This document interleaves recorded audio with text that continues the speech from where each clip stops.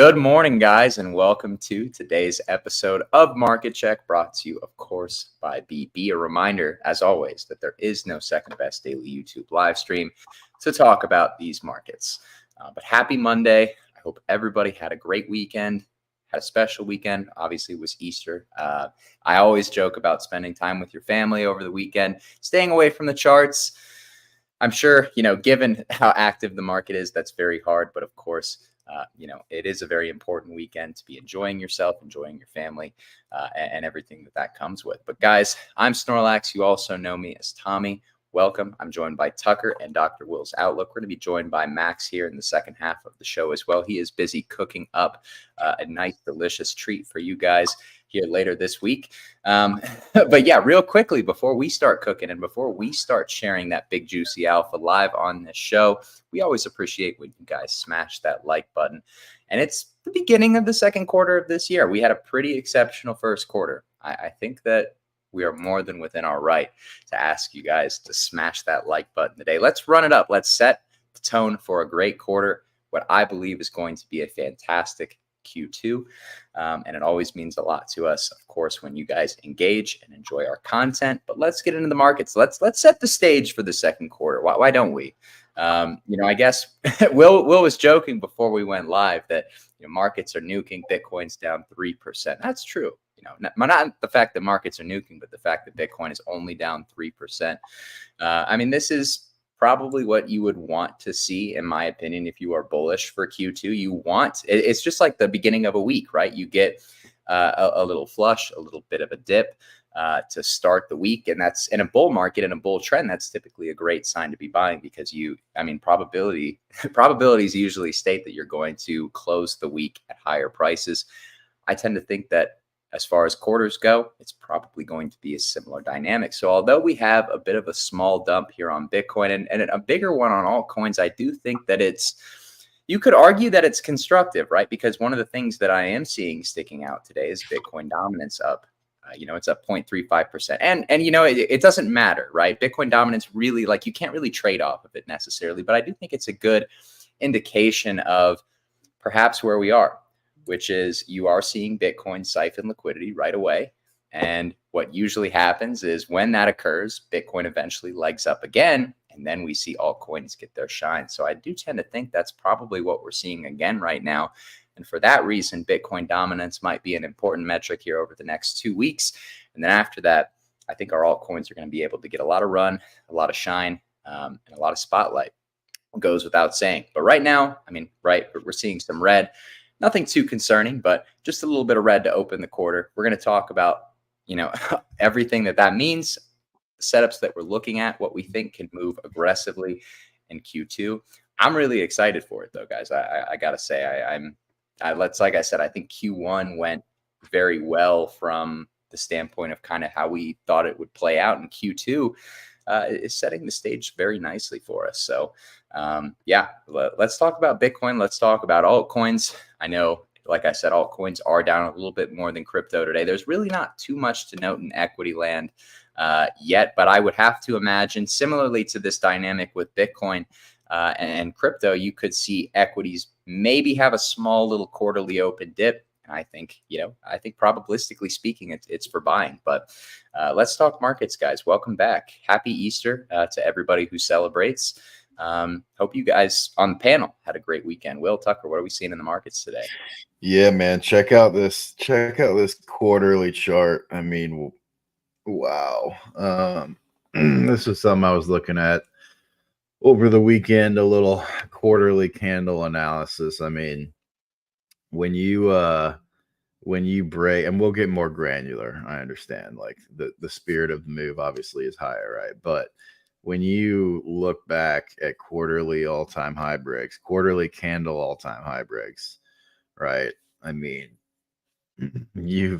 Here, this, I think we look much, much, much more similar to this than we do to this, right? I think you really got this parabola because of COVID stimmies and printing, whereas we didn't have that this time. I think you just look a lot more similar to a clean a clean, smooth parabola like 2017, right? Especially the break candle, which was this one, right? If we look at the one we just had, I think those look pretty similar. So obviously back here, Bitcoin was $1,000. We're gonna have to take, market cap and volatility into account, but wouldn't be shocked if we did. Also, this was post halving, right? This was post halving, so we do have the halving this month as a bullish catalyst, in my opinion. So I don't know if you necessarily get this kind of doji action, but either way, look at the next 1, 2, 3, 4. That's a year of candles, right? That are all green. So that's more or less the expectation. This was kind of, you had one more, right? And this one really blasted through. So kind of comes back to the thesis that we kind of had that blow off in 2021 due to printing, right? Because we printed like 3 trill. So, I think we get something more like this, but less volatile, in my opinion. So that's kind of the high time frame. I mean, locally speaking, I don't think there's a whole lot to be worried about. I had a few. Outside of the bear market rally, yeah.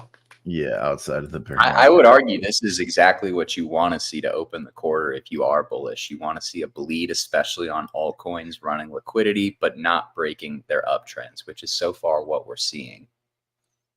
Yeah, Interest, especially over a 3-day weekend. Markets were closed on Friday. We had a lot of built-up positioning. This is not that surprising. That's what I talked about this morning. I think a lot of people, they don't take into account the current move and like how it's playing out versus like their own biases, right? And that's what do candles typically do on the open? They typically pull away from the price that they're going to head to, and they create the shadow or the wick of the move going into that. And then once that shadow or wick is created, then they move towards the direction they are intending to go. And we're seeing that play out perfectly here with Bitcoin on the open.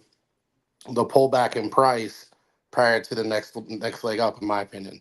I think with this current pullback, because it's so immense from the high, that this could be the wick of the next candle before price, continues to move to higher ranges, while a lot of people continue to look for some kind of consolidation. Believe me, I looked for consolidation in the same range, and I'm still in the boat that we could still see consolidation here. I just think that, looking at this from a higher time frame standpoint and looking at it from the current time frame and rejection area, there's no wick above this current candle. And typically you'll see a wick always below and above any candle. Anytime there's a no wick on a candle, think of it almost like as an imbalance in the price, right? Or an imbalance in the chart that gets filled later. And what do I mean by filled? It means that if this candle were to close short with nothing above, at that position, I would then take this and look, okay, next candle will open long and go extremely past the previous candle. That's alpha right there. Wickless candles are basically imbalances. Yeah, I mean, look at that. Like, there's no, I think we put in what, like $8 of price action right there. Like, that's it's not enough to call it a wick. Basically, there's not enough vol up there to call it a wick. No, yeah, there's nothing there, man. So, yeah, I think it's probably a Monday fade, honestly. So, yeah, and a lot of people don't even know that. I know a lot of good traders that don't even know about wickless candles or how they work. But it's something that's as old as time. I always take it as a fair value gap or something that will get filled later. And typically, wickless candles are big drawdowns that end up being big breakouts later, or big breakouts that end up being big drawdowns later, right? If it works in the opposite, it works for both sides of the coin. So if you're bearish, you would want this to happen to the upside. If you're bullish, you would want this to happen to the downside, as far as candles go. But Will, what about this wickless candle? It's a little different there. You did pretty much fill. Look at price action. It pulled almost down to it right there at the 19K range. We did technically retest that candle. I think the main thing with the wickless candles lately, the behavior on them kind of changed in 2022 a little bit, or 2023 even, in the sense that when we saw the wickless candles, it was usually a signal that we were about to get a scammy move, and so I do agree with Will in the sense that we did kind of come back and retest that impulse candle from the 20th of March. Just like I'm sure we're going to come back and retest, and given the trend, probably more than rebalance and retest that impulse candle from the highs over the weekend. But yeah, I mean, I'd like to see this little this little mini range hold. You can kind of see it better on the 4-hour, probably even better here. Yeah, so I'd like to see this little range. We're probably just gonna do this until we make a decision. So getting bearish down here and getting bullish up here is really a mistake on both fronts, I think. So you just gotta wait for a break. I think that's. Oh, go ahead, Tommy. Well, I was just saying, I'm wondering what funding's looking like, because I know that was one thing that a lot of people love to talk about funding. Funding did get very hot though as we came into range highs this time. So there were a lot of levered buyers, I think, that we're taking out right now. I don't look, if you are positioning in a levered position right before a new quarterly candle, think about the implications of that for a second. I mean, you're positioning in a way, I'm sure, how many people do you think had their stop positioned in a way where they basically thought it's basically the fallacy in the opposite direction, where they didn't think that the quarterly candle would have bottom wick, and now they're being rebalanced right now. So this is bullish to me. I just don't know, necessarily where we're going to base out. It could be here. It might be 65. Who knows? But, I think this is, generally speaking, a positive sign, especially with what we're seeing with altcoins, bleeding against Bitcoin. And I think the important part to highlight is that although altcoins are bleeding, they're still, maintaining their uptrends. There's nothing to worry about until you start to see altcoins break their uptrends, in my opinion. Yeah, I like that you pointed that out too. The uptrend on a lot of these has been really strong and still continues to be strong. And the fact that altcoins are continuing to hold structure is telling me the same thing. Like, you need to see structure breaks across the board. You need to start to see them in weaker areas, like altcoins or even meme coins, right? The weird thing is even meme coins are holding structure, right? In this pullback that Bitcoin is currently experiencing. That tells you that people are not willing to let go of their positions at the moment, and that you are getting buy into position. Now, some people may look at it and be like, well, that just means they're being complacent, and if they're being complacent, then it's bearish. There's two different things between being complacent and being bearish, which would typically occur in a massive downtrend like 2022, and then being in a position where you're confident and you see the price and you see the price action and the volume, and all of your metrics match what you're seeing on the chart. And when you start to see all of your metrics match what you're seeing on the chart, aka volume, strength, so on and so forth, you can then at that point make a really good determination that the market is going to continue in the trend that has been currently working in. Yeah. I mean, let's take a look at some of these altcoins though, by the way, guys. I mean, let's kind of illustrate the fact that these structures are being maintained on a higher time frame, because I do think it's important to I really feel like the term is kind of overused, but zoom out a little bit. Pepe's a great example, right? I mean, we've been chopping in essentially an uptrend off the lows for almost 2.5 weeks now. So this isn't anything new for these altcoins. They've kind of been exhibiting this behavior as Bitcoin has ranged for the last 3 weeks. Yeah, there was something. Where was it on Whiff, man? There was something where it started doing this kind of like higher low action, and then it just absolutely sent. I mean, it might have been even this. Like, I don't remember where I saw it, honestly, but probably got a div in there too with the RSI. That looks like a div. Yeah, no, I'm sure there is a div there, but like huge pump, pullback, higher lows, and then it just goes, you know. And WIF, I mean, here's the thing as well. WIF obviously has kind of led the market over the last few months. So, look, only one or two assets have really kind of legged up out of the range, and one of them is WIF. I have to view that as a positive sign, not just for meme coins, but also for altcoins and crypto in general. What does Sol look like, Tucker? Now that I'm thinking about it, because I mean, I always like to say WIF leads memes as Sol leads the VC scams. Dude, look at that. Jeez, it's funny how they can manage to chop up everybody longing perps while maintaining a very steady uptrend. Yeah, I mean, we're still, you know, yeah. Worst case, I think you get like a fake out breakdown on that trend line, and then they send a deviation, bro. Deviation, bro, right there. Yeah, it's just, yeah. We're in the midst of deviation, bro. Right about there. That accuracy is good right now. I know. We could look at that. It'd be funny. Just doing a Bybit got a little bit aggressive. We got to rebalance some Bybit longs. Did they?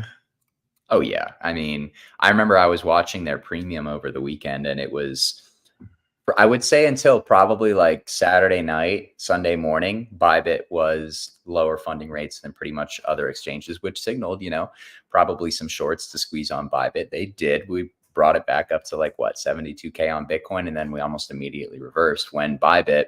And here's the funding alpha, right? It's always comparing Bybit to other exchanges. If Bybit is lower than other exchanges, I'm going to assume that retail or degenerates are net short, and, you know, vice versa if the funding is reversed. But, you know, once we saw that funding kind of reach parity with other exchanges, that's when we did sell off. So you would like to see that open interest come off the board. We're reaching healthy levels. I mean, it's the first day of the quarter, guys. It's the first day of the quarter. But always fun to get this much volatility intraday, as I like to say. I mean, this is like a dream environment for leverage traders and really traders in general, because you can have these massive rotations just going back and forth, even if you're holding swings from the low. And I will say the one difficult part about holding swings in a range like this with funding elevated is that it gets expensive after a few weeks.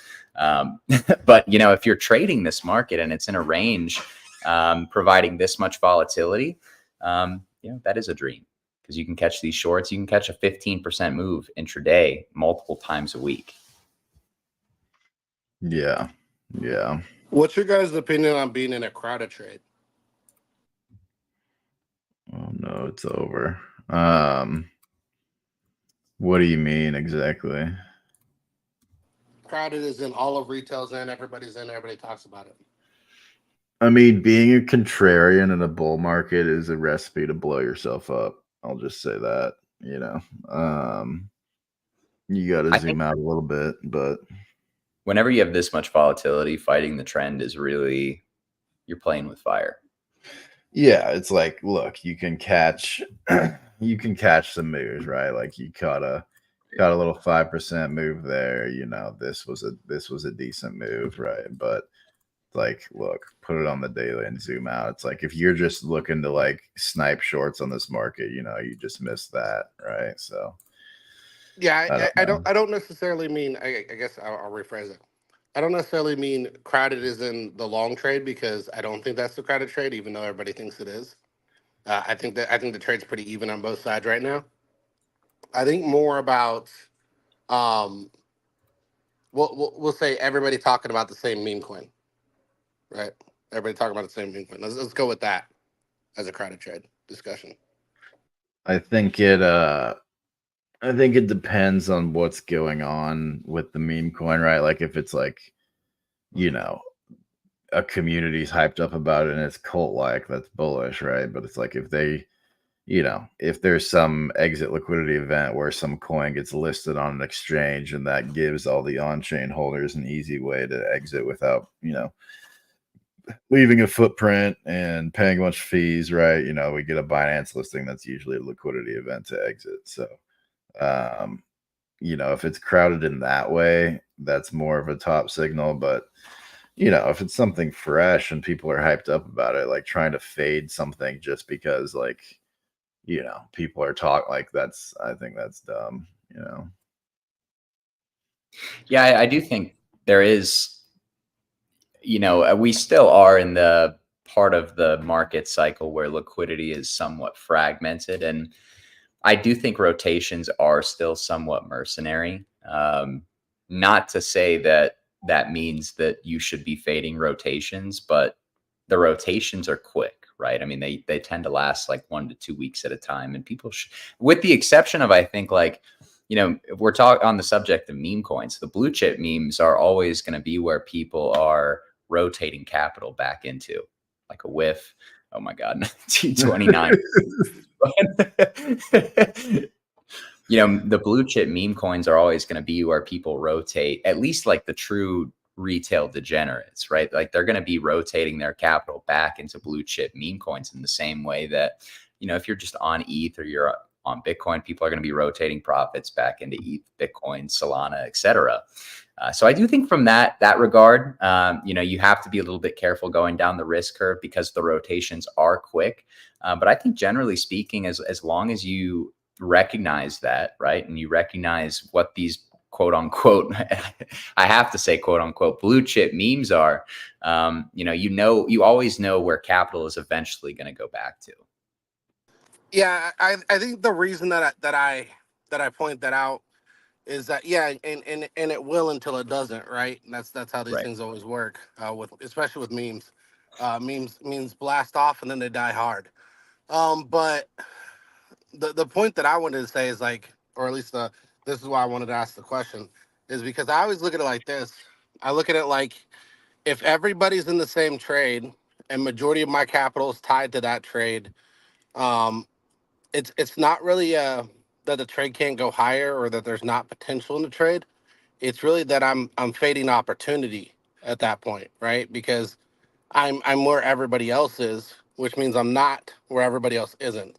And if you're fading opportunity, you're fading massive gains in comparison to the same gains as everybody else. I don't know if that makes sense, but Oh, it does. And that's the thing that people forget about meme coins. You know, it's all great when everything's going up, but when the tides do come back in, obviously meme coins get hit the hardest. And I think a great example of this, and I continue to point to this for, you know, my own sell targets on something like Pepe and Whiff, is look at Bonk after it got listed by Coinbase. Like it went up 200 to 300% in the span of 2 days. That's a blow off top, right? Like that is definitively a blow off top. But after that, Bonk drew down about 85 to 90%. You know, remember when everybody was memeing the Bonk guy for round tripping 10 million in P&L? That's going to happen to all of your favorite meme coins. It will. Like your meme coins are not immune from 80 to 90% drawdowns, but they're probably, like, there's a good chance that you're going to see that price appreciation before that happens. So I think it's just recognizing these liquidity events when they happen, like a Coinbase listing, or, you know, these coins might eventually be listed on Robinhood. That would obviously be a huge liquidity event as well. So just, you know, understand that meme coins at the end of the day move and thrive off of liquidity, just like any other asset in this market. yeah, I would almost say they kind of operate a little bit differently, though. Like, and now, granted, it's more of an opportunity than anything if you think about it. But I think that, like, we saw Pepe's rise in the bear, right? What happened to Bonk while Pepe's rise was occurring in the bear? It was on the floor rolling around crying. And these are the problems with people sitting there, not people, but with, we'll say the investors having this belief of no possibility of, it could go over at any time. And, although, because we're going into a secular bull run, you don't have to worry too much. If it does end up being over, you could probably just hold it and it'll run up again even higher on the next leg. And I think that that's always the hard part for people to grasp. I try to tell people this all the time. I'm like, look, if you're in drawdown, why are you selling? Why are you selling? You're especially massive drawdown, right? Like, you have no reason to be selling at a massive loss. Like if you take a slight haircut and you're like, "Yeah, I want to put capital elsewhere," it makes sense. But in a bull run, it doesn't make sense to sell things at a massive drawdown because you see opportunity elsewhere, because your opportunity could come later. And as we saw with Pepe, when it died and came back, it was massive in comparison to its previous run, right? And Right. I think a lot of people they always fade that. They don't understand every leg when it comes again is going to end up higher, right? And I think that's something that people got to keep in the back of their mind. But Tucker, if you got a second, if you could just pull up that tag I tagged you in the equities channel, you got to I put that on saw the screen that. I for us. saw that. I will. But there's something. All right, There's go ahead. something. More There's pressing is something more pressing, which is the like button, man. Tell me. Go ahead. Go ahead. Oof, gotta stop talking. Tell them what am they I? have to do, Tommy.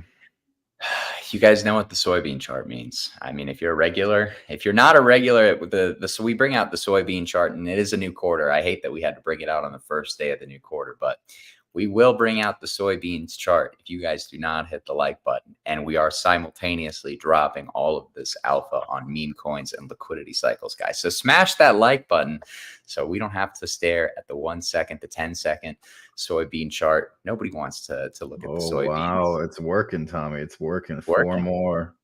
How many likes are we at? We're at We're going to take the 96 soybean now. chart at about 110 likes. So if 10 more of you guys hit the like 110. button, 100 is. Do you want more? No, 110. I was gonna say 100. We're at 99, but 110 is fine. Oh, 103. All right, hang on. You guys can do it. They can do it, Tucker. I believe in them. 7 He more. said, Figure "Hang it out, on." guys. All right, 110.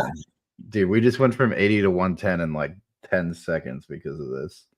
Look, I do not like the soybean chart, guys. I don't know why. I don't know why it has to be. I'm a microstructure fan, or I'm a fan of staring at like the super lower time frames, but soybeans, I don't know, man. That's not really my cup of tea. Yeah. Wait. Okay. Well. Oh wait. Yeah. This is the alpha. This is the alpha. Capo gave me this chart, bro. Are you fudding Apple? Huh? Are you fudding Apple, Will? Good. No. You got to pull up the one I put up there, Tucker. Copy it and paste it on there. Oh, gotcha.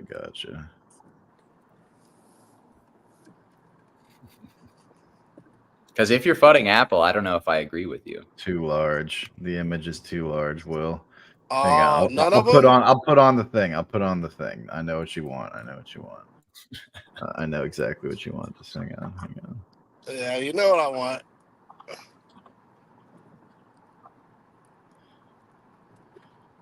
We'll do this one. No, we'll do this loving one. it.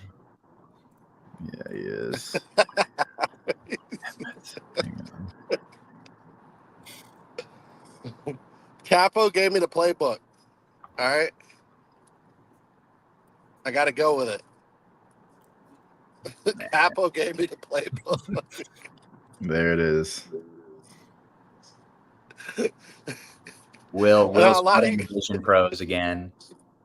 What do you have to say about that, Tucker?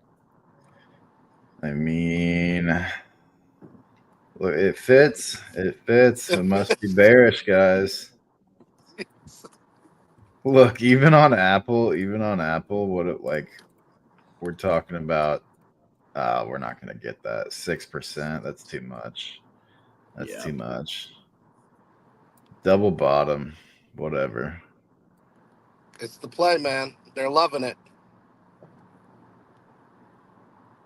But this could I would have liked to see a lower high there on the right though, man. That would have been way more bullish because then I could have flipped this upside down and said it's a W. But it's just not a W, unfortunately. Yeah. Could be though. Nah, it's just the middle like the middle always has to like be lower, you know? Yeah, the middle would have had to be like 190. Yeah, I would have had to top out early. Yeah.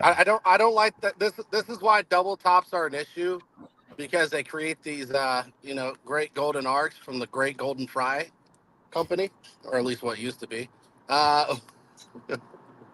But ultimately, it's hard to assess here. I'm not gonna lie.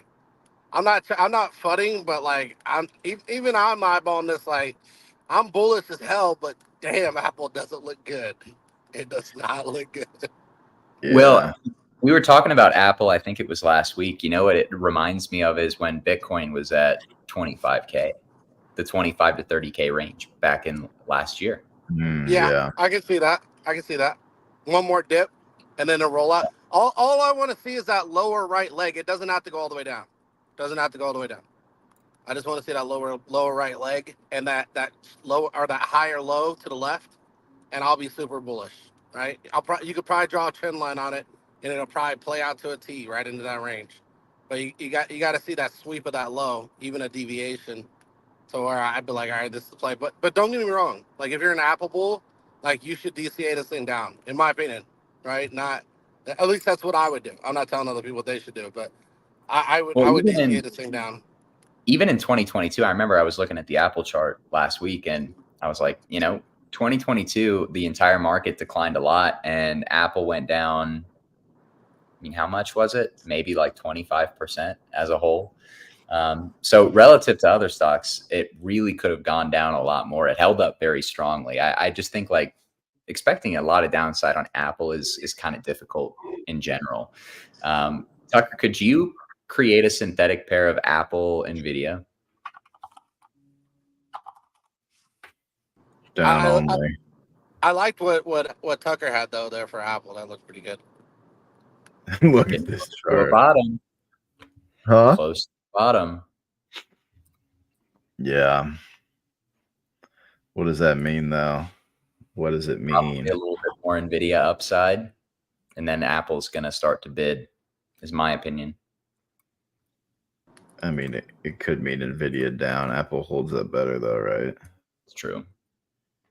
I'm not gonna lie. I'd love to see Nvidia get above and hold 1,000, because that would make me think we're going like straight up, like not even to the moon. We're going to Saturn, right? God, We're we going were to the sun. so close, man. Going on a galaxy if that 975. happens. I really feel like if you are shorting Nvidia before $1,000, like front running it, really thinking that your stops are safe at $1,000, come on, man. Maybe you get like 850, 800. I doubt it personally that you even get 800, maybe like 850 at most. But like you're gonna get blown out, man. That is not a top to me. You're gonna see more excess in this stock still, whether or not we trade to like 12, 1300 and pull back, or whether we trade above 1,000 and consolidate. Like I do not think that shorting before $1,000 on Nvidia makes any sense just from a Dude, pure psychological point. there's literally no gaps on this chart on this run up. They filled all of them besides this little guy. So yeah, I mean, if you're looking for downside to be capped, I think 825 to 835 maybe, but that's about as much as you're gonna get. Like they cleaned all this up. Yeah, the funny part is like whenever we talk about bearishness on the show, people are always like, "Oh, you're not bearish enough, though." It's like, bro, I gave you what you like. I'm literally giving you what you asked for. I'm giving you what I'm seeing. I'm telling you the downside. Just because we gone up as far as we have doesn't mean that, hey, this is the end. Oh, Whoa, what was that? Pepe Oh, you got alert. an alert. Is that your alert noise on TradingView? Yeah. We're gonna have to fix that, Tucker. Yeah, it's bad. I don't even Holy know how to dude. change it. I'm gonna I have to thought the alarm ice cream. kill you. Oh, I, Pepe down 10. It's okay. I thought the This was ice cream all truck was foreseen. outside your house honking. I showed Tucker and Max a Pepe fractal during our Giga Chad call, and it was relevations, man. Or what? Yeah, that's the word, right? think I'm mixing up the. Either way, it was a relevation. I think Pepe is going to be one of the top performers here over the next few months. Not that that's like a hot take, given that meme coins as a sector are still popping off, but I think people are maybe underestimating the amount that these large cap memes can still run. Yeah, they can definitely run. I think if you're in from lower, these are still great things to be in, right? But I think if you're like actively trying to buy a position, on any of these higher caps, it's like your opportunity cost is getting literally, dumpster down the drain almost. Because your opportunity as a new investor is a lot different than your opportunity as a the whole time investor, right? There's been a lot of people who champion these, but they've been in much, much, much lower than anybody trying to take positions here. And even if you're anticipating $30 billion Pepe, right? And all these other things, or $20 billion Monk, or $20 million, or sorry, $1 billion whiff, and so on and so forth. Even if these are your targets, like you're still, your RR here is nowhere near the people that got in at the low, right? It's different with altcoins because you have VCs that are kind of holding the floor there, or not. They're not but going to. but with shit coins, at a certain point, that are in from lower are gonna look at the chart and they're gonna be like, you know what? I could just pull this and just be done. And at some point, somebody pulls the trigger on that, and that starts the full reversal. Before the next leg, right? Before the next leg starts to occur, and then the higher of higher goes. But But the people who yeah. create these parabolas, Will, are they really looking at the chart before they smash the buy button? A lot there are a lot of investors who are not looking at charts at all, right? Like I do want to be clear about that, and I think that those investors will continue to invest. So us coming up here and saying that doesn't really affect the price. The price is still going to do what it does, regardless of what we say. But I do think that like smart or savvier investors are going to look for a better opportunity, better RR. Plays, right? They're gonna be like, hey, I can sit in this to catch an easy 5x or a 10x at least in the next coming months, or I can look for better opportunities, set in possible drawdown for 3 to 5 months, but end up with exponentials, to the upside. Oh, hi. What's going on, you hooligans? What's good? What are you whippersnappers up to? What digital securities are we beginning our Q2 with, man? I see we have Whoa, not securities, bro. Not securities. I'm joined by Gary Gensler. What are we talking about here, man? We were talking about Pepe a little bit. Talking about Pepe a little bit. It should be all about Pepe. What are we even speaking about here, guys? What's up? It's been what is it, like 8 months, 9 months since I've joined a market check, outside of that one time in February last month. Well, actually, no, not last month, but 2 months ago during ETH Denver. Quite a bit of panic for no reason, right? Yesterday 71K, today 68 and change. It's so odd, man. 4 or 5 weeks ago we were at like 58 or something like that, and now it's like the littlest drawdown can freak people out. So Yeah, man, people are getting scared. People are getting scared by a 3% dump on a Monday. People just keep levering up at the highs, man. People want to catch the breakout on as much leverage and size as they possibly can, and they get taken. They've been taking the cleaners now like 4 times. The funny part is all they got to do, Tommy, is literally. I got that. I got that, by the way, from Garrett Soloway. The guy who's always he's always short. Anytime we go down the tiniest percentage, he's always short. But if we pump $200, he's always long, dude. And there was this video that he did. I think it was during the dump to like 59 or something like that. He's like, now for all you young whippersnappers, see, I'm an OG. I've been trading the markets for 20 years. So that's where I got that term from, man. But what's going on? 59K is healthy from Leonard. I don't know if we get that, man.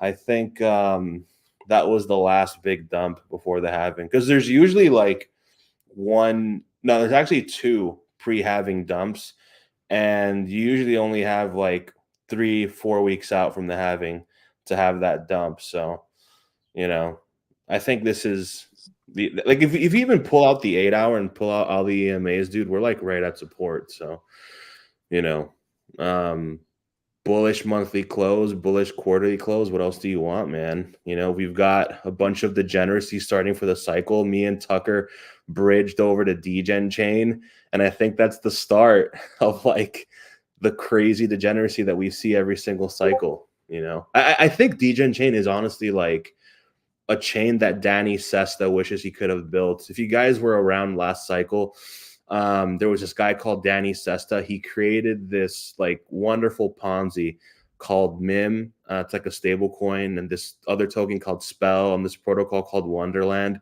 It was basically just like a bunch of fake Fugazi yield, where if you participated in the protocol, you get like thousands of percentages in APY.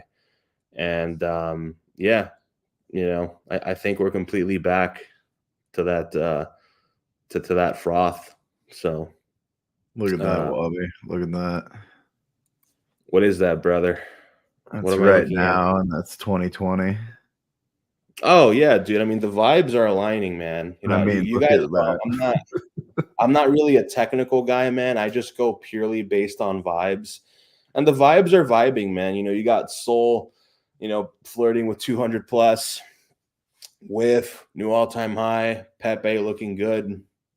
VC scams still consolidating on their multi-week range. Speaking about VC scams, dude, I find that Say guy, the founder, he's like, oh my gosh, he's like the layer one version of Sandeep, always complaining when people are having fun. You know, it's always complaining. But yeah, get with the culture. If anyone is a founder in crypto, don't complain when people are having fun. That's just, well, that's part of the thing that I think a lot of founders don't get.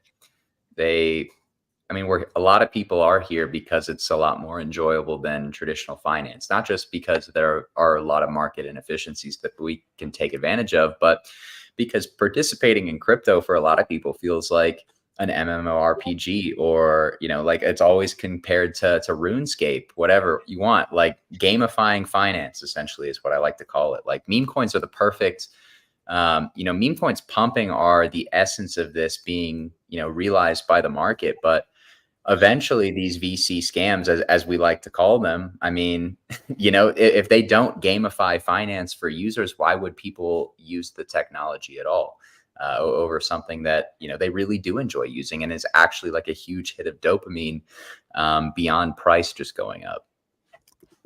yeah, because that's what it comes down to, right? Like, what gives you the hit of dopamine? It's going to be price appreciation, and then you know, the feeling like you're playing a game. Yeah, like DMT, man, Dream Machine token. You were so early to that thing, dude. You were too early for your own good. right trade, or early thesis, though. It's okay.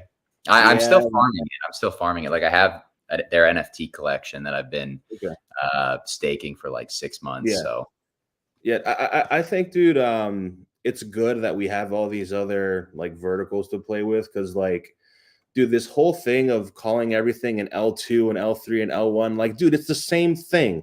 You paste an address, you send it to the address, and then you swap, and then you wait and you have fun with the volatility, right? And sometimes you're stuck on the chain, right? I think with degen chain, you're like stuck there for a week or something like that. But it's like super early. You guys remember back in July when a few of us were trying out base and all of that, and everything went up like 20x and then immediately rugged like a few days later.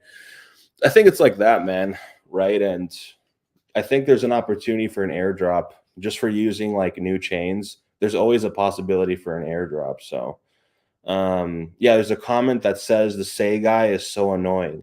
He is, dude. He's just, you know, subtweeting everybody. He made like comments about Phantom because Phantom was going on a tear not too long ago against Say, and Say's just been dumping. You know, I'm sure Say is going to go to like $3, $4, $5, but like the trend is just screaming AI and memes, and some RWA stuff, right? Like those are the main things.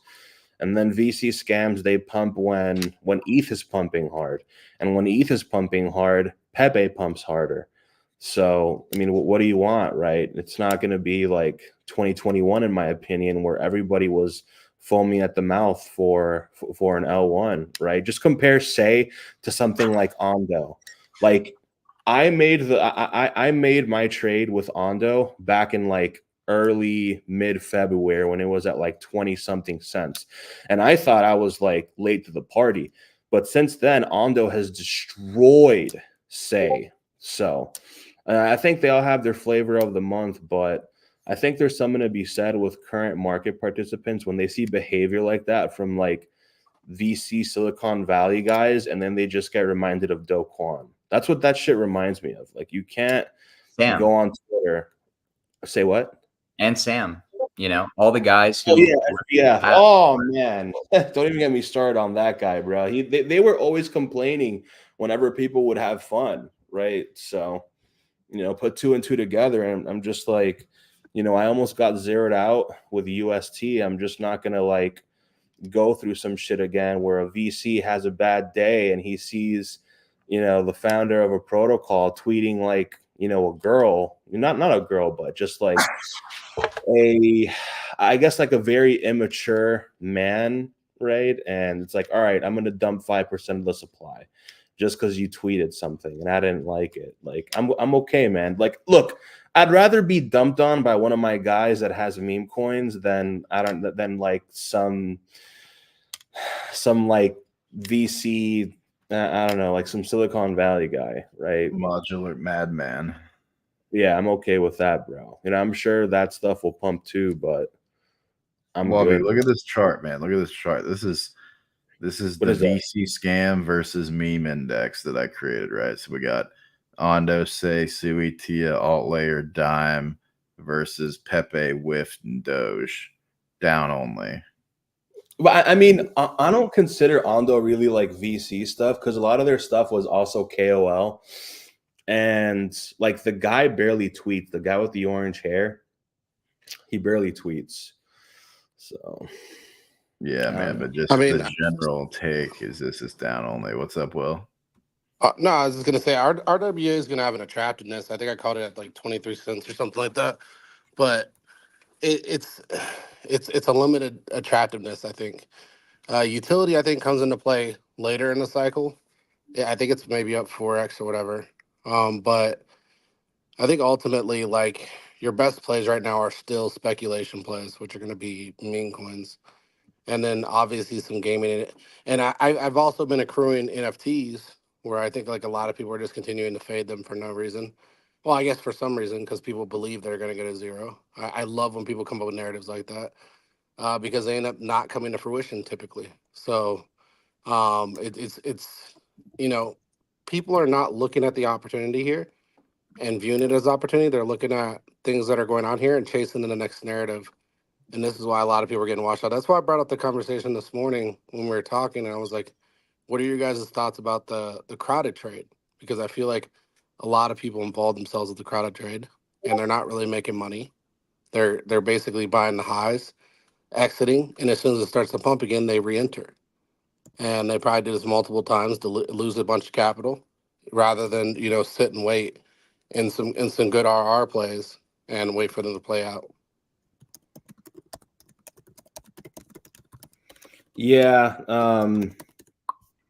I have found a few tickers, but for RWAs, and I'm talking like these are under 30 mil market cap, and I'm going to gatekeep those because I'm still doing my due diligence, and I'm kind of waiting for certain memes that Max shared with the inner circle. If they do a quick 5x, man, I'm gonna rotate. I'm gonna Jeet. Get a Jeet, King GD, full stack, full stack, man. But man. Yeah, dude, it's so weird, dude. Now, like using Uniswap and like having a MetaMask and like logging back into Rabbi wallet.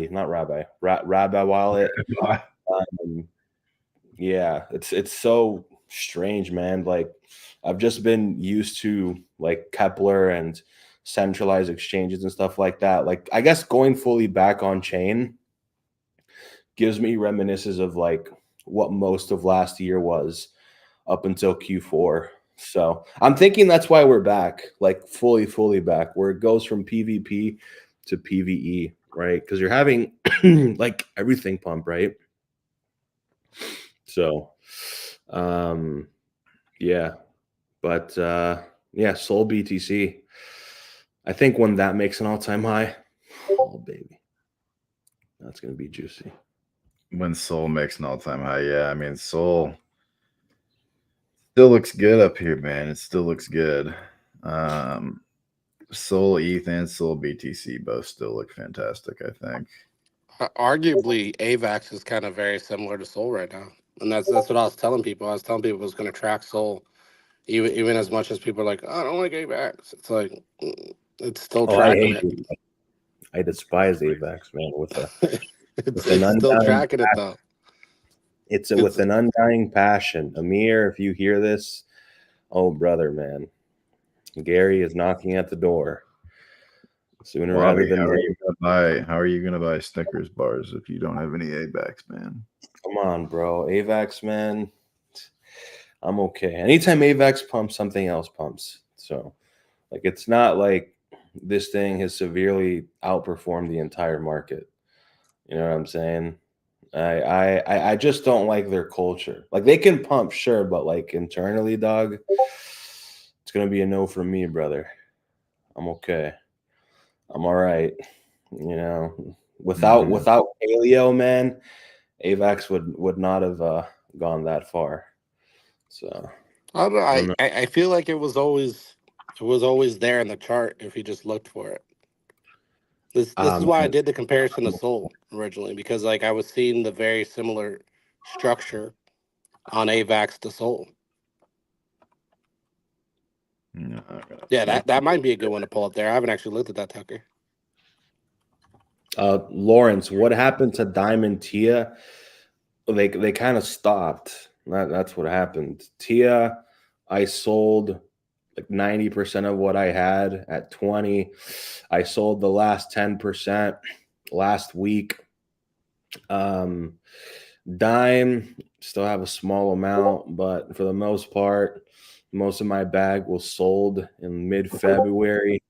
I shifted all that stuff to AI. I shifted that to FAT, and also, what was it, Render, and what's that other one, Airweave?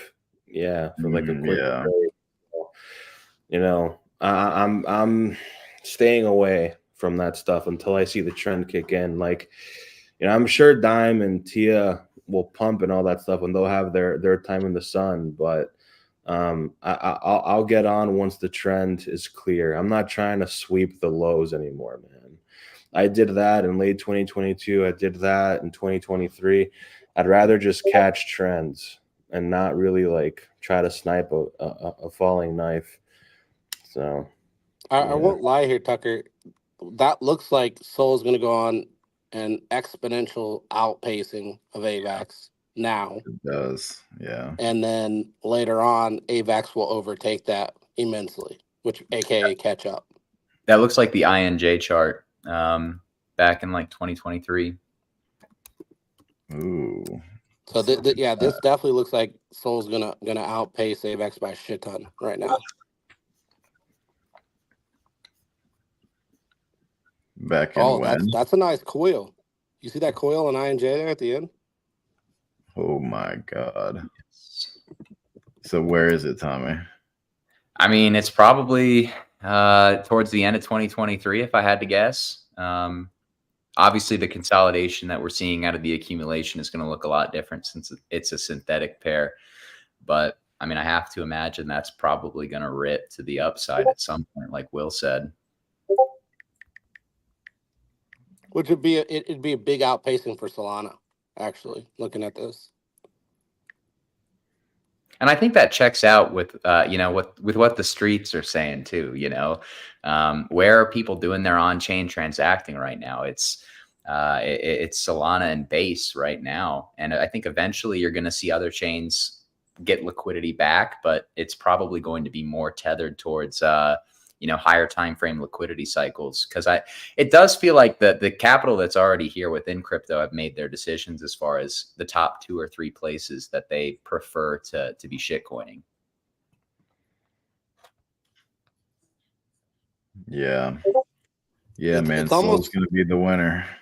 it's almost like you're in the middle of that previous mood there, Tucker.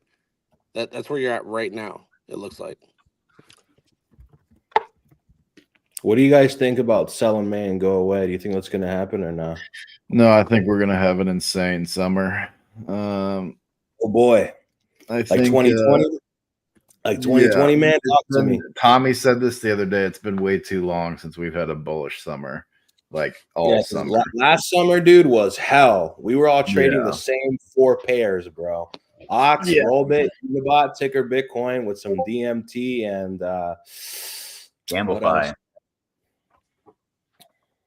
Yeah, I mean, dude, we either take off here and just go up into the summer through like kind of midway through the summer, or we're gonna dip into April into the halving and then just rip into the summer. So either way, I think the summer is gonna be good. The summer's usually like stupid bullish for the equity markets. Mostly always. You know what's funny, Tucker? I think our sell-off will come, but I think it'll come in September. Well, definitely that's no, I'm saying that's gonna be your first pullback, like your first major pullback. And the way I'm seeing it, and if that ends up occurring, you're gonna be so much higher on Bitcoin than what a lot of people are anticipating. Yeah, and then everybody was wrong the whole time. I mean, from where I think we are on Bitcoin, like, I mean, that move up until the top was only 30 days, but that was 2020, right? I do think we're going to be more like 2017, which a gradual build up. Oh, I mean, Bitcoin over time is becoming a low vol asset. So, even if you think BTC is going to like 150K plus, it's going to take a lot longer than people, think. You know what I'm saying? Like when we pushed on 73K a few weeks ago, everyone was like, like a little kid about to go on recess, and it's just been chop. Like March was actually just BTC consolidating from 60 to 70K for the most part. So, I think once BTC gets to 80K, probably another month of chop, 70 to 80K. Yeah, and I think that's probably going to remain the case. I remember seeing, I think his name is John Brown, right? That's the guy who's like the giga whale over on Bitfinex. But I always joke that I don't think he's a real person. I think it's actually just the Bitfinex exchange. It doesn't matter. It doesn't matter because John Brown basically said, essentially supply for Bitcoin is loaded up to 110K. So we might have like this low vol choppy grind until that price point. But then when we get there, he basically said we would teleport to 200K. And I think that's pretty interesting because you look at the order books now, and every time we get close to the highs, there's all the supply that appears on Bitcoin. Ancient whales, whatever it is, that supply exists. But once we kind of chop through it and eat it up, the skies are going to be clear for that volatility expansion, because I don't think that we're going to have a full Bitcoin cycle without a volatility expansion to some degree. I do agree that Bitcoin is going to increasingly trade like a low vol asset, a TradFi asset, if you will, or just like a beta commodity. But there will be at some point in this cycle a vol expansion. I don't know what's going to drive it, right? But it's just always, it's always signaled it's always been a part of every single Bitcoin cycle. It's a little bit difficult to kind of think that it won't happen. And even if it doesn't, a low vol grind up is ultimately just going to cause some sort of super cycle for altcoins. Oh no. Oh, Tommy's alarm went off. Oh no. That's funny. He's got it on remote. So that no, dude, that's the opposite. That's like the opposite of what a lot of people are thinking too, right? Because like I feel like the sentiment is we're gonna teleport to 100 and then like top somewhere in here and then just do that, right? So I mean, if it's like a grind up into 100 and then teleport, like your targets are too low, right? Like if we're gonna do this into 100 and then just do that, like no one's bullish enough in that if that's what's gonna happen. Well, So even in 17, we had a pullback above all-time high, just above it. But I would say, looking at it and from a structure standpoint, like I'm not expecting 100. I'm expecting 80 to 90, a fake out into the lower range, no retest of the prior high, and then a breakout again. And this is how you F everybody in the market, because everybody looks for the full fill. They don't understand what a 50% retracement is on a fill, and that can be considered 100% retracement pretty much in a full fill. So on and so forth, and you get that 50% retracement, not the 100, and everybody waits for the retest and doesn't get in at all. And then it teleports above 100. Then you hesitate, you scare people around 100. You continue to chop solid day 100, and then you rip higher and you push into 145, and then you probably get a pullback, and then you rip again into the 200 range. And yeah. I think they're going to take it step by step. Yeah, I mean, looking at 2017, it's like this monthly candle, like it's either this one. Tucker, let's get into some dubious tickers, man. Let's get into some dubious tickers. Look at those bro. candles. Look at those candles, Wabi. Look at those candles. Like you're either Well, candles you should be looking at, Tucker, NMT and DEAI, man. That's what you should be looking at, brother. Those two tickers, man. I think those are going to explode, dude. some AI tickers. Yeah, because I think with the recent flood on Tau, man, like you had some BTC maxi. Dude, so basically, here's the gist, guys. So most of us that have traded Tau, we have no idea what it does. In fact, 95% of people who hold Tau don't know what it does at all. But the slightest pullback on Tau, it pulled back from 600 to in the mid fours. It forced people to actually do some fundamental analysis. And this like strange BTC maxi with laser eyes had essentially said, Tau is this and that and the other. And then there was this like huge space with Martin Shkreli. And for that, it's like AI is just going to continue to rip. And I think everything in the AI space is going to take another leg higher. And if the AI space takes another leg higher, RWAs are going to take another leg higher.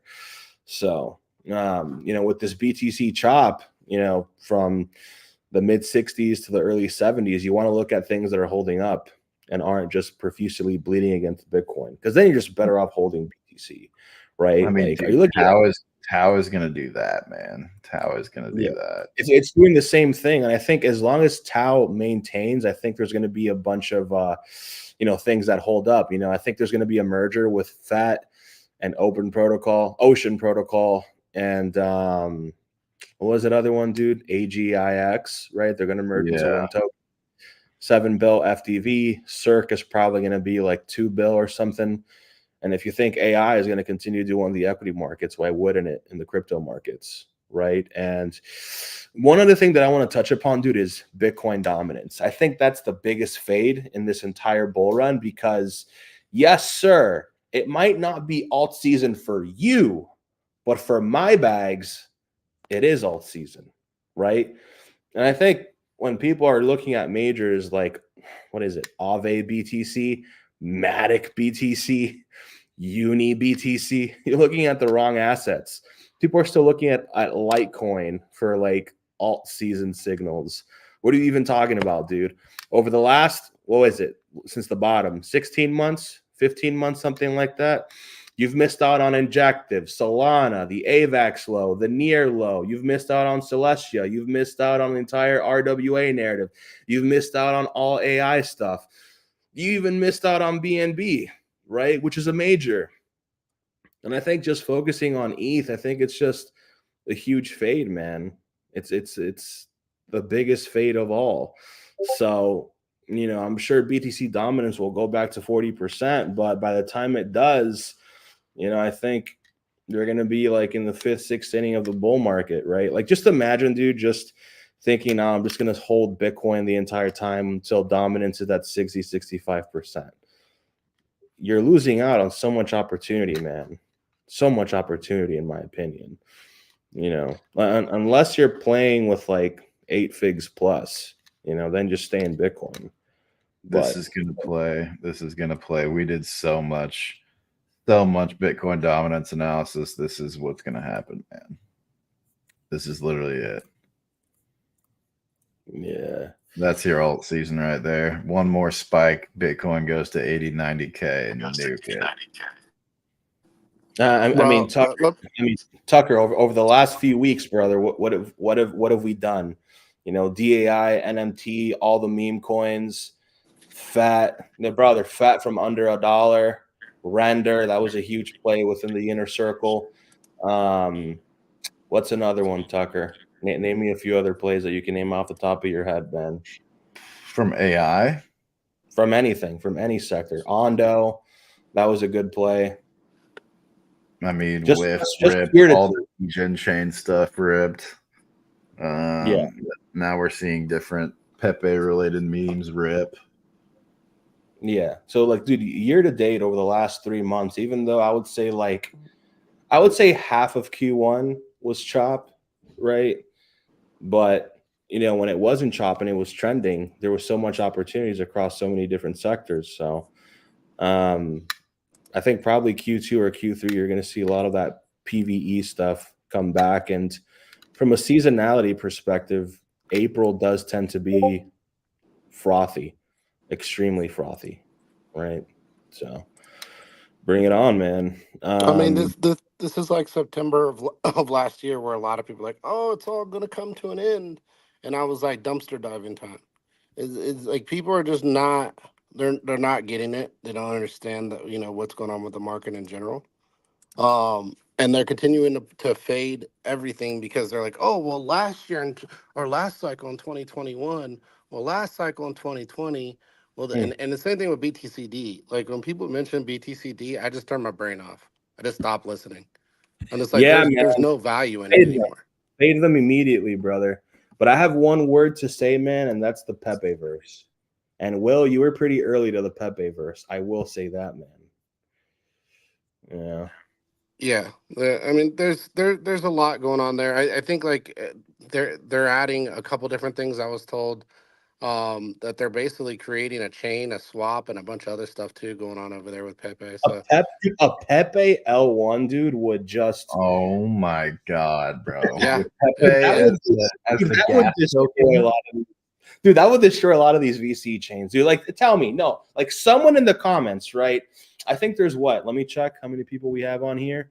So there's like what, like 200 something, 250 on YouTube, yeah. So anybody in the comment section, anyone listening to this right now that's active, can you please tell me the case of why I should use something like Say Network, right? Not to FUD, but why should I use something like a Say Network where I think the only thing that actually has liquidity is Saiyan, which only has like 70K worth in the liquidity pool, compared to something like Pepe? Should Pepe turn into an L1 where I can do the same thing on Pepe as I can on Say? Anybody tell me that. Why would Pepe bleed against all these other, VC tokens? And mind you, like, I put my money where my mouth is. So I actually hold more Pepe than I ever did on TIA. And I was one of the loudest proponents of Celestia throughout all of Q4 and earlier this year. And I do not regret that decision at all. And all I'm seeing on my timeline is a bunch of threads on TIA and modularity talking about scaling the crypto ecosystem with roll-ups and specialization versus generalization. And nobody knows what that means. Does anybody here, can anybody on this panel tell me why we need roll-ups and scaling solutions? Anyone? The thing that I'd like to say with that is that none of that shit matters. All they do is come up with new methods like, oh, this one's gonna work better. And then all of a sudden, we're in it with another congested network. Look, I'd rather trade on Pepe if they came out with an L1. That's all it is at the end of the day. If Pepe came out with an L1, it's going to swallow Degen. They're going to zero. It's going to swallow Blast. They're going to zero. It's going to absolutely annihilate Blast is most of already these, going to zero, brother. all these secondary markets, bro. They're getting ate Hey, alive. brother, we don't need DJ and Chain to go to zero yet, man. We got to keep this baby for at least another couple I'm just days. saying. So me and Right? Tucker can Like they're bridge going to out. feel pretty salty. Yeah. Collect Rector, OMG, this King Wabi is regarded. Retarded. I would agree with you, brother. I would agree with you, and that's why we're in crypto. He's mad that you're shilling the real Pepe over their fake Pepe coin. Dude, listen, OX man. 69, baby. And the one they OX did 69. absolutely nothing until the real Pepe pumped. But Look, man. Look, quickest way to signal this guy is to call him the fake I don't Pepe. care about what the real this, what the real that. That conversation, dude, is basically 2017's version of Bitcoin Cash versus Bitcoin. No one cares, man. We're all having fun. We're all trading digital Pokemon cards, man, exchanging it with each other. So you might as well have fun, right? So, bro, how was that? More importantly, Wabi, the market already decided what the real Pepe is. It's that simple. Yeah. So there's this guy called Spiders. DJ and Chain is KYCing. Brother, that was an April Fool's joke, by the way.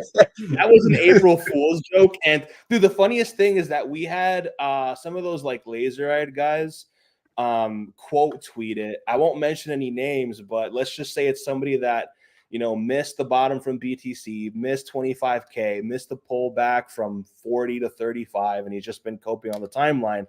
He quote tweeted that KYC thing, and it's like, dude, don't you know that that's a chain that started within like the autistic circles from the inner depths of CT to troll people? It's April Fool's Day, kid. What are we talking about? What is bro waffling about, man? Tell him. I saw a really good April Fool's joke today from puppets fudding node monkeys talking about devs selling. You guys want to know a good April Fool's joke, man? Luna's gonna make a new all-time high. I don't know if I think that's a joke though, Wabi. Dude, Tommy, I really don't know if I think that's a joke anymore. Like I could absolutely see Luna running it back, but not like Luna Classic. I mean that goes without saying. It would have to be the new Luna token that's trading at like a few bucks right now. I don't think it's a bad idea to park some capital in Luna and FTT as like a anti-cope allocation, if that makes sense. What were you saying, Will? No, I just wanted to add to that. I don't even know why people get like into these scenarios where like the real Pepe, the fake Pepe. Who gives a shit? Look, one Pepe got a lot of liquidity, the other one didn't. As it is what it is. That's as simple as, right? Because even funnier than that, I go back to ticker Bitcoin, man. I mean, that's a great example. There was a ticker Bitcoin on BSC back in 2020, 2021. Never got any traction at all. I think it might have pumped to like 10 million market cap back in the day. Ticker Bitcoin last year on ETH pumped to like 200 million. The market decided what the real coin was. I mean, it is really that simple. The market is never wrong. Well, the market can be wrong. Right? Money, man. You are not smarter than the market. Let me just say that. Yeah. You always let the market decide directionality. And I think just not enough people are doing that. They want to force something, and forcing something's never going to work in your favor. It's never going to work. It's like trying to force upside on something. No matter how much you buy into it, if it's going to come down, it's going to come down. You can buy and buy and buy. You don't have enough capital to force it. Like if you have enough capital to force it, there's a lot better things you could be playing. So that's all I'd say. Like I think it's such an L take when a lot of people do that. But overall, like I think that these coins should be treated as culture coins, and that's what they are. They're not. It's not about which Pepe was right, which Pepe was wrong. It's which Pepe caught the culture and which Pepe didn't. And the one that caught the culture got the liquidity. That is what it is. And I think that if enough people looked at these tickers like that in that aspect and stopped trying to get their bias involved with which one's right and which one's wrong, I mean, shoot, if a Soul Pepe would have launched and taken over Pepe and would have gone bigger, then that would have been the Pepe, right? It is what it is, but it didn't. And that's eventually when BlackRock rolls out their stable coin and makes something like USDC obsolete, Ethereum DeFi is going to have probably a new stable coin that the market decided was better than USDC. I mean, this is just kind of how a decentralized market is supposed to work at the end of the day, right? Like efficient markets will price in the correct choice, right? I mean, there are a lot of factors that go into that, but it's like Will said, whatever gets the liquidity is the winner. I always view the rest as just derivatives, man. That's the way I view it. And derivatives are always going to capture a fraction of the market, very little. And your main one's going to swallow all the liquidity. That's why, like, when you fight the trend, it's like fighting the culture, right? You're fighting the culture coin because you're like, oh, mine's the right culture. Well, guess what? The market didn't decide that at all. The market decided which one was the right culture, and it doesn't like your culture. That's why it's not in your coin. And if it liked your culture, it would be in your coin. I think that goes across the board. This is why I never fight liquidity. I never fight volume. I never fight which ticker is right and which ticker is wrong. I don't say, hey, the one on Avax or the one on Ethereum is the right one. I go with what the market's telling me. And if the market is pushing liquidity into one, it's telling you this is the one we want. This is the champion we choose. I agree, Will. We are, real quickly, guys, we are coming into the end of the show here. We've been going for about an hour and 15 minutes. I want to show one more thing before we wrap up. Tucker, if you could pull up, I'm going to do a Will's Outlook timeline. You're going to be proud of me here, Will. Can we pull up the 3-month, and can you pull up the RSI? The 6 month too has alpha, just FYI. The 12-month has alpha. Guys. No, just the 6. All right, just the 6. Let's see here. You get the RSI on that bad boy too. Oh my God, look at those candles, bro. Dude, yeah, look at the non-log chart, dude. What? All right. Oh, you gotta love it. No, you guys aren't ready That's for Fu that. Manchu. I need real RSI, Tucker. You guys aren't ready for that. He's like, this one's got the blue bubbles and everything. Look at if you were trading the RSI like a chart, what would you expect it to do? And then look at price, like retest the high. I mean, no, man, that looks. And look at actually, Tucker, look at the Bitstamp chart. I don't know if this is. I mean, that's a falling channel, bro. It is Bitstamp. Oh, perfect. What do you guys think Bitcoin is about to do? If you were just looking at that straight up, like a 5-minute chart. Minimum give a fake out and then do that, right? Minimum. If we get a full-blown breakout, then whew. Yeah. But yeah, I mean, that looks that tells the story for me that it's really a game of patience at this point. Yeah. Yeah, I mean, that's been my thesis the whole time. That's why I've been telling people, like, look, just focus on the strength. The strength will tell you everything. And the strength and the trend, we have so much higher to go in price. Like a candle of that size to get to that RSI top right there, you're going really freaking high. Yeah. Like I'd say high hundreds, easy. And that's why, like, my chosen target is probably around 170, right? 170 to 200, and then from there, I think this market's getting thrashed. Right? Look at the it's gonna be in a big way. Look at the similarity. Look at the similarity in RSI to 2017.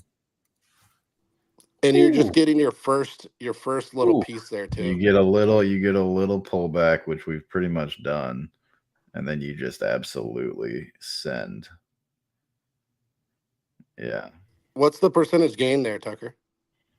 I mean, from this pullback, it was right there. I mean, diminishing returns, bros. Yeah. I mean, yeah. That's what, 18x. I don't think we're gonna go 18x from here, but let's throw some diminishing returns on there. There will be things that outperform Bitcoin. That goes without saying. But if Bitcoin is making a move that aggressive, the state of crypto would be so positive. It's going to be really hard not to make money if you stick around. 12K. But this is the exact reason, Tommy. Like, even if I'm in failed derivatives of meme coins, I'm not worried because the market going up. Guess what? A rising tide lifts all ships. Everything's going up. Except my stuff, that's bottom of the dumpster, chewed up bubble gum, is going to be going up immensely against everybody else's bags. I just love that you had to take that last shot, that last shot at the guy. Um, either way, guys, I mean, it's nothing personal, guys. We like to have fun on this show, but either way, it's a good spot for us to wrap up. We've been going for about an hour and 20 minutes now. We appreciate y'all's support. And yeah, this is the beginning, the first day of the second quarter. A lot to look forward to, like we said at the start of the show. And as this chart can very clearly illustrate, I think if you can look at, the momentum on the higher time frame, it is kind of one of those things where you stick around, you'll probably be rewarded. But nevertheless, another great show. Thank you, everybody, for tuning in, wrapping up your Monday mornings with us, or evenings if you're European. As always, we appreciate your continued support of our brand. Before we end our show, I want to touch on just a few things real quickly. I'm going to show the Discord, guys. I mean, we've been absolutely crushing it. We've had some amazing meme coin plays over the last few weeks. And I don't just say that lightly. I mean, I'm in the on-chain trenches, so I know what opportunity looks like. And I mean, pretty much everybody on this team has called out, meme coin plays and shitcoin plays and, perpetual futures longs all across the market in every corner of the space that have printed multiples. So I cannot emphasize how valuable, not just, our team of analysts have, been able to analyze this market, but also our community, guys. I mean, they've been absolutely crushing it. They're in the trenches too with you guys. Sorry, I just had somebody call my phone and knock me off my train of thought a little bit. But I mean, I can't emphasize enough how valuable it is to have a community of not just like-minded individuals like yourself, but people who are in the trenches and actively chasing these gains, chasing the best opportunities in these markets on your side and on your team. So I cannot recommend our Discord enough to that degree. But yeah, guys, to touch on our programming, as you guys know, if you are a regular, Market Check will return tomorrow morning at 11 a.m. Eastern time. It's our typical start time. We run for about an hour to an hour and a half every single day. We talk markets, we talk charts, we talk trading. We're very technically focused, but we also like to have a lot of fun on these shows. As we know, these shows, you never know what direction they're going to go. Glad we had Wabi on today to touch on his show, our flagship show, our Twitter Space Market Talk. That is a Twitter Space. That's today at 2. That's Mondays. We're going to start doing it Mondays and Fridays. We're going to do it at 2:15. We're supposed to have Jackus, but it's Easter Monday in Europe. I had no idea Europe did Easter on Mondays. I didn't either. I thought it was Sunday.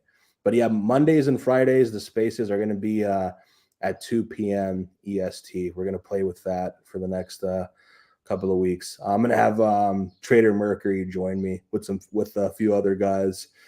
So feel free to tune into that, man. And yeah, 200 plus people here, man. I remember when the YouTube only had like 30, 40 people 6 months ago, man, for the live stream. So that's the benefits from producing content day in and day out in this market. So appreciate you guys coming on and being active in the chat. Baby Lebanon, thank you for the good vibes. Heatman says we have Sunday and Monday for Easter. Zorro, say faster than Pepe 01. I have no idea. We'll see. But yeah, thank you so much, guys. It was pretty cool to talk shop and banter as always. See you guys on Spaces in 2 hours. Heck yeah. Thanks, Wabi. I mean, it's always great because we got 2 great shows throughout the day. If this is your first time viewing, it's like I said, Market Check. It's our morning show, a little bit more technical, trading focused. Market Talk, our Twitter Space. They can talk everything from macro to meme coins, and I always love the direction that those shows go. So make sure to tune in for both of them for all of the content that we can possibly feed you guys. I'm very excited for the second quarter. Make sure to stick around. We're going to have more coming for you guys here over the next few weeks, both from a content standpoint as well as the products that we're going to be rolling out as we've been discussing over the last few weeks. But that's all from us, guys. Thank you so much for tuning in. We will be live on Market Talk later today, and Market Check will return tomorrow. But y'all have a fantastic rest of your Easter Monday if you're in Europe. A fantastic start to your week. Have a great day, guys. Thanks.